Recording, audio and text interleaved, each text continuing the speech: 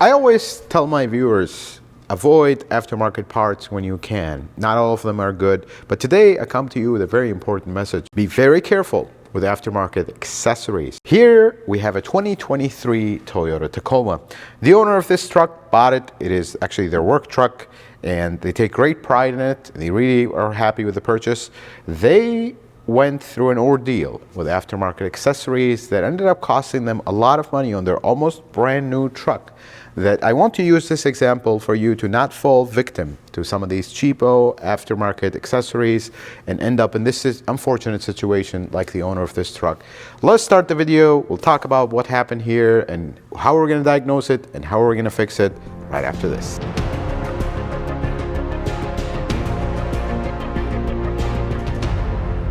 So here's what happened with this Tacoma. The owner bought this truck. They got the LED package, which has front LED lights. They're really nice and everything. But then they realized that the rear taillights are not LED. And this is something I wish Toyota would change, you know, even though this is an aging truck and we already have the 24, but it would have been nice to add LED taillights. Well, it doesn't. The owner went online, got some bulbs, and then put them in the housing. They worked, but then the turn signal was flashing fast. That is usually your first red flag about aftermarket turn signal or bulbs in general, when you need to add more stuff to make them work. That should have been the stopping point. But unfortunately, I really respect the owner that they tried. They actually did the right research. Unfortunately, the execution they fell victim to. They added resistors, and when they added resistors, things started going south very quickly to a point where now this beautiful 2023 Toyota Tacoma has no taillights. Nothing works, everything is dead, fuse is fine, bulbs, we put the original stuff and they're back. Let us walk you through how we're going to diagnose this so for you to see how the process goes, and then we'll go from there. So here's how we're going to start with diagnosis. Every time you have an electrical issue, the first thing is the wiring diagram. That's what we live for. Here's the wiring diagram of this truck. So the taillights, they're all, the outside lights, they're all tied in together with basically one power source. The taillight relay will come on inside the fuse block, and then it goes to the tail fuse, and then it makes all the way out here. Now, I did check the fuse, just pulled it out, looked at it, it's not blown. Put the fuse back, let's start our testing. I have my connector out here. Now this connector has 3 wires. One of them is white with a black tracer. This is my logic probe. This checks for power and ground. Let's see if we got, I have ground on the white wire with the black tracer. That's a ground, so we have a good ground. Now I'm going to check the brake one. It has ground right now, and that's normal. So Jose's sitting in the truck. I'm going to have Jose press the brake light, press the brakes. Yep, see how it changed to positive? Let it go. Change back to ground. That is actually normal. That is completely fine. You saw the brake light come on. But now I'm going to go to the wire that has the tail signal. It's ground. Jose, turn on the headlights.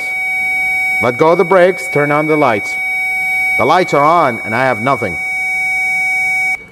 That's the problem with this truck.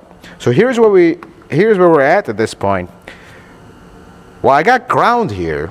This means the ground circuit of the tail lights is going through the bulbs, through the wires, into here. So I don't have a ground problem. We have a positive problem, and that's what the tail lights relay and the tail light fuse is. Just because the fuse is not blown doesn't mean that we have power going through it. So here's the next thing that I'm going to do. Let me pull up the diagram here. Well, I have no power coming in through here, but I do have a ground. And even though you see a ground here, this is just a ground walking through the loads because there's no positive. So technically, what we're going to test next is how are my wiring in between things? Because I'm only testing one connector. What if the other side, just the rear is broken on the front, or we have a break in the middle? This is how we're going to start isolating. So I'm going to find my wire here for the tail light. Right now it has a standing ground, but watch what happens. Look at that tail light on the other side. Watch what happens when I apply power to it. See that? Let me shut this off. When I put power to it, the taillights come on and I already see the lights in the front on.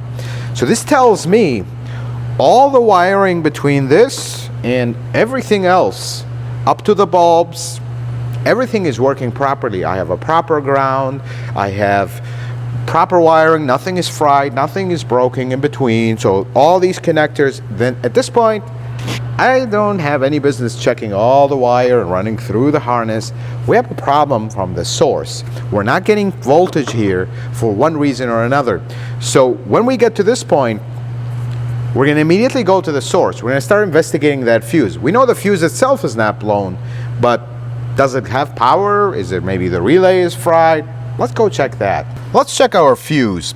Now, this is a 7.5 amp fuse. You can see it in the diagram right here. I'm going to check it. Now my taillight is off. I'm going to check it. I should see ground across it. I have ground. I have ground. So the fuse is good. Let's turn on our taillights and see what we have. We should have power. Power, power. This is when things get interesting, because our theory was our relay was not working, so even though the fuse is good, but if there's no power going through it, we have nothing. But we do have power. So this is when things get extremely interesting. Do you notice on the diagram that there is this 1F and then a pin number and then a wire comes out? Well, that's where the connector that connects to the fuse block comes out and goes all the way to the taillights everywhere. So that pin is actually right in front of me right here. I already found it to make the video a little shorter. I have ground on it. So technically, when I turn the taillights on, I should see power there, right? Because that's where the flow is, because my fuse is good. But watch what happens when I do. Nothing. Absolutely nothing. I still have ground. So wait a second.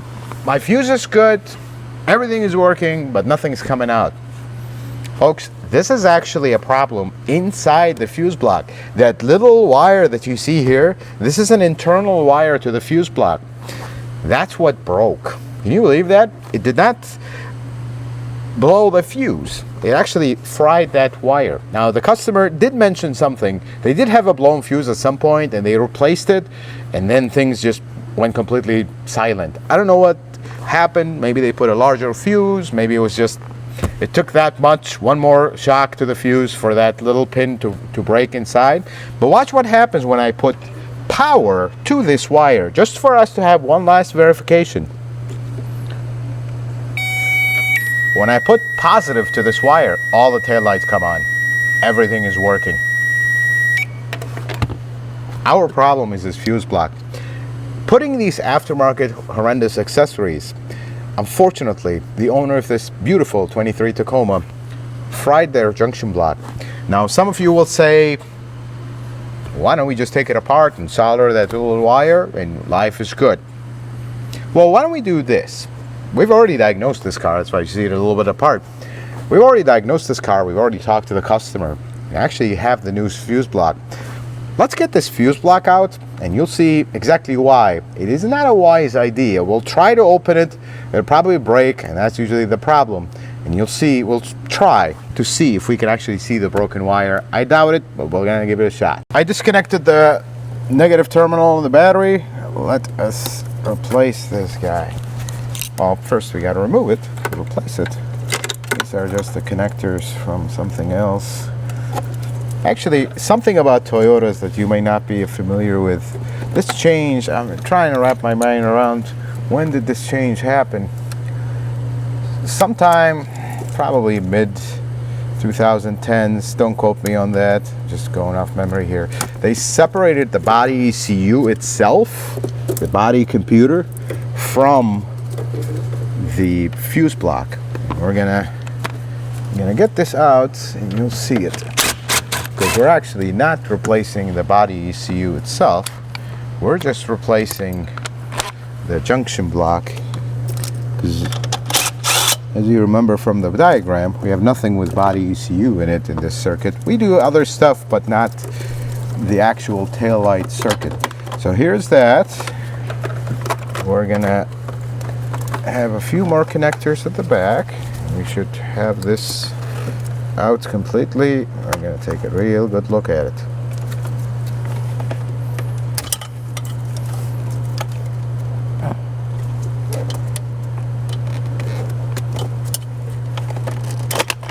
There it is. So that is our body ECU. Don't mind our little cute camera here. This is the body ECU right here. And this is actually the junction block itself. What we are replacing is the junction block itself, not the body ECU. We're going to swap this over. So let me go get the new one. We'll take a look at that. We'll swap it over because sometimes it doesn't come with fuses, doesn't come with a bunch of stuff. And then once we got the car fixed, when we're done, we're going to actually try to open this apart, and you'll see why it's a very bad idea to do that, because they're not meant to be taken apart. So I got my new fuse block. Let us take it out. But you want to, if you ever do this, what you want to make sure you don't forget is to check that all the fuses are placed in already, because believe it or not, as expensive as these little bundles of joys are, they sometimes do not come with all the fuses. This one, I believe it does, and of course it is packaged in such a way that it's almost not meant to be taken apart and out of its packaging.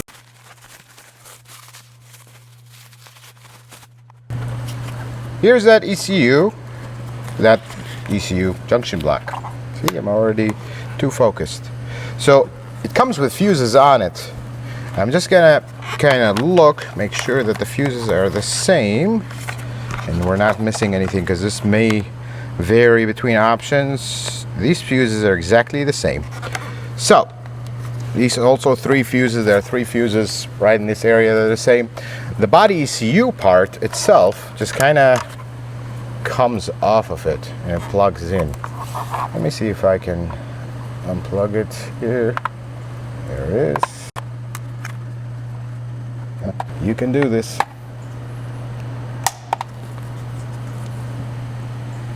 And it does not want to come out with ease. There we go. So this, I'm going to put this to the side because we're pretty much done with it. This is the body ECU. This is the actual computer part of the ECU. This is just the junction block. And this just goes right in here, like so. Just clip it here.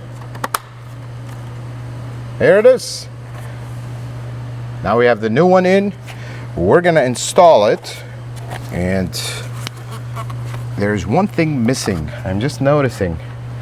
Notice these tabs, these bolting tabs, they actually do not come with it. And folks will wonder, well, wait a second.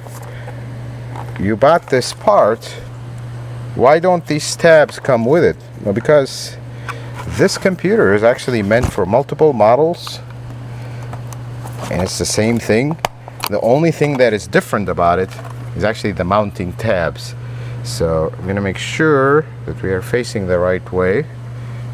And I'm gonna swap it. So here's one tab. That's swapped over. So you gotta make sure, because they can go multiple orientations. And they always make it a little on the strange side how these things come out. Let's see. There we go. I'm gonna keep my orientation. Is good. There we go. Got that all set up. We're going to put this to the side because we're going to try to open the old one out and see if we can get it. Now we're ready to install it. I'm just going to install the rear connectors first, which is in some cases easier said than done. This one is not too bad. I'm going to line it up, make sure it goes in straight.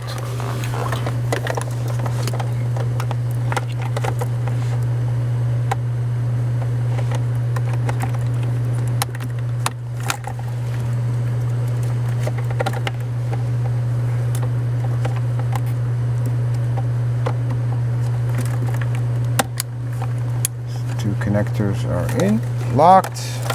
Let me get it in position.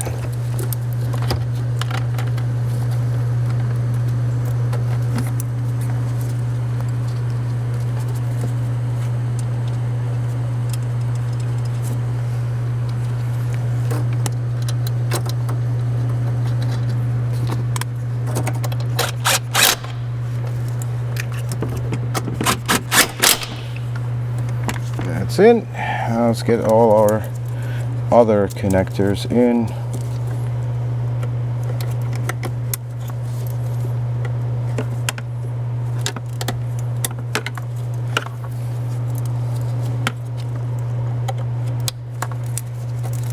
Got that. These are the main power ones.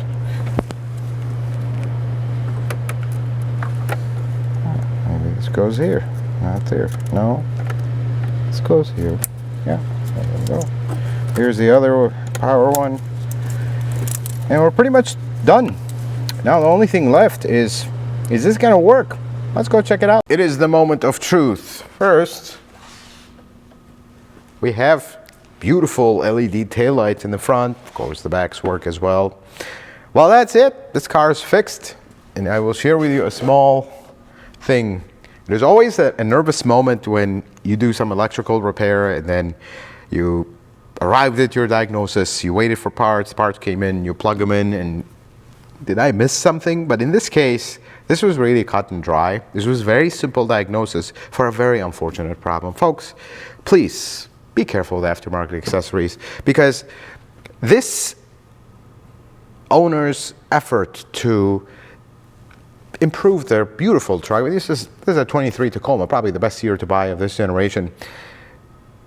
In their effort to improve it, unfortunately, they're almost $750 out because of this simple mistake, error. I feel very bad for them that they went through this, but at the same time, that's a lesson we take from this. Aftermarket accessories, very, very bad idea. And before we wrap up the video, let's go show you why we actually replace that junction block versus take it apart and fix that one wire. And you'll see what I mean by that. Let's see if we could take this guy apart. And these are of course not weatherproof because they're inside. That's where the first problem starts. There we go. That's what I was waiting for. Problem is these are such a flimsy piece of plastic to take them apart that it just never works well.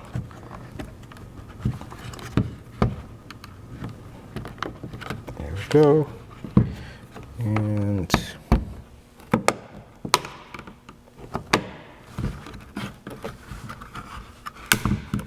oh, there goes that. That's the problem with these. There's no way to really take them apart without damaging the tabs. They're so flimsy. And of course, nothing in the manual will tell you how to take this apart because it's not meant to. Okay. I see some burn marks right in this area, but otherwise I don't see anything else. The pin that has the problem is in this area. So we're gonna take this apart further if we can. Honestly, we're going kinda in the unknown here because I don't take these apart. They're not meant to, for a good reason. Let's take it apart further and see if we can actually. You think a screwdriver will work? Oh yeah, that'll work. Now I don't know what these screws connect to. We're just gonna take them all out and see what happens.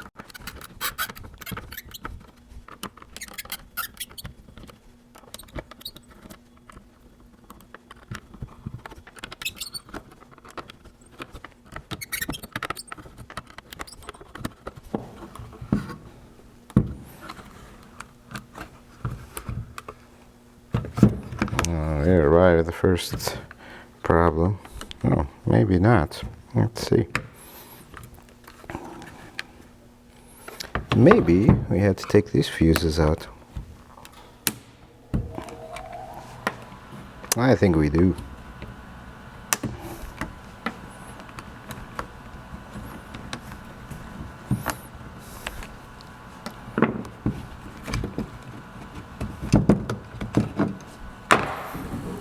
So there we go. That's what's inside of this. These are actually hardwired relays. So the taillight relay is one of these. Which one is it? It will be extremely difficult to find out unless you have a wiring diagram for this, and they do not give you a very clear diagram of this. Now I'm going to try to trace our wire, and it's actually right this pin. I'm going to get you really close. So this is the pin that our taillight signal goes through. You see, if you follow it on the tracer, do you see this huge burn? I'm going to get my screwdriver so I can point at it. You see this big burn? All this is fried, and it actually eventually is broken right here. You see how it moves? This entire circuit is just completely gone. I hope you can see it. See how it's fried? That's what actually happened here. This is what our aftermarket adventure did. Now, if you want to tap a wire here and bring it all the way here and go experimenting at the risk of potentially shorting something else out and having all kinds of electrical gremlins, that's one option. Or instead of spending the labor to do all this, we get our customers something guaranteed, because this does not happen just by you driving the car normally with its original equipment stuff. This is what happens when you get not good aftermarket stuff, folks. This is very sad, but fortunately this is not something that is fixable.